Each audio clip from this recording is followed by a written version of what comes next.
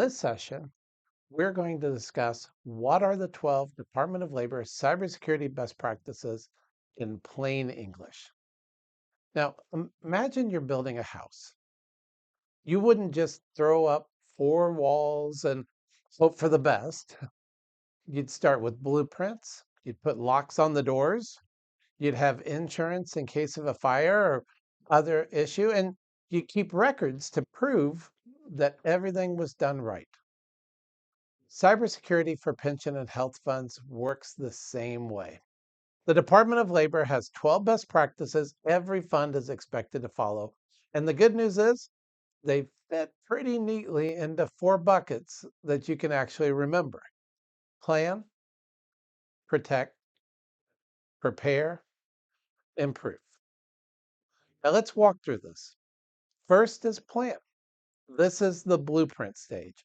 The Department of Labor says you need a formal cybersecurity program, not just good intentions, but written policies and standards that leadership approves and reviews. Second, just like a building inspector checks for weak spots, you need an annual risk assessment. Technology changes fast and threats change even faster. Third, you don't grade your own homework. That's why the Department of Labor requires a third-party audit of your security controls. And finally, somebody has to own the job. That means assigning clear roles and responsibilities for cybersecurity. If everyone thinks it's someone else's job, then no one is protecting the front door. In our cyber preparedness assessment, this is exactly where we start, helping funds map their current policies and their current practices against what the Department of Labor expects. Next is protect. These are your locks, your cameras, your fences. The DOL lists 4 practices here. First, strong access controls. Only the right people get in, and you double check with multi-factor authentication, which is basically the digital version of a deadbolt. Second, review your vendors and cloud providers. If you hand the keys to a contractor, you better know that they are trustworthy and bonded. Third, train your people. Every employee is a potential gatekeeper or a potential risk. One click on a phishing email can then undo everything else. And fourth, secure development practices. Don't install new doors and windows without testing the locks on those first. Software and updates need to be built securely before they go live. This is the area where many funds discover gaps during the assessment. Policies might exist on paper, but controls, vendor checks, and training are where breakdowns often happen.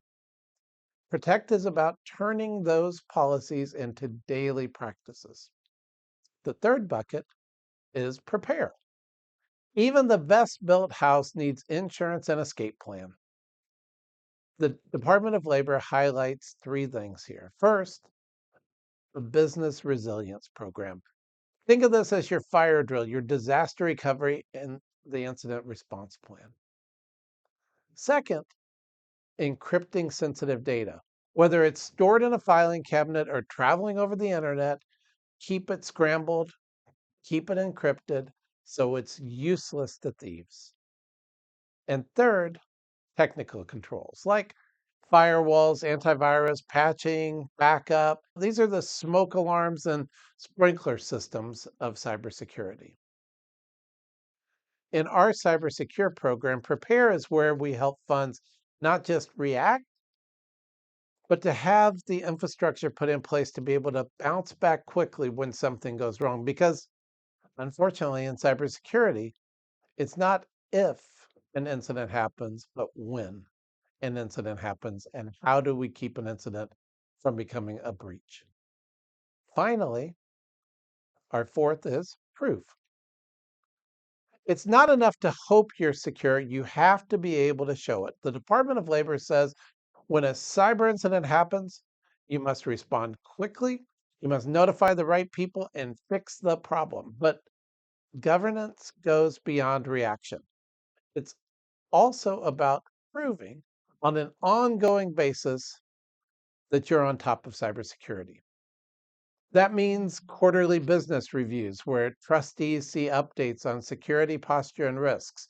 It means scheduled penetration testing, professional stress tests, where experts try to break in before hackers do. It includes phishing tests and ongoing employee training so people stay sharp.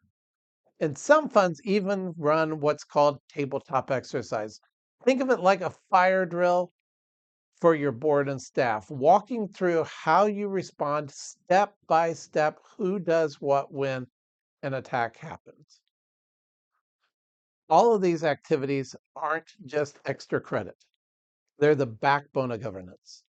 They create the documentation trustees need to show regulators, insurance, and participants, yes, we are following the best practices as spelled out by the Department of Labor, and we can prove it. That's why our cybersecure program builds governance into the process, from QBRs to testing to training, so the trustees have continuous proof of compliance and peace of mind that fiduciary duties are being met.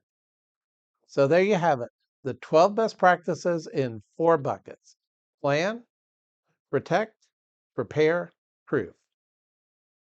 It's not about jargon or fancy tech. It's about protecting workers' retirement and health benefits with the same care you'd protect your own home.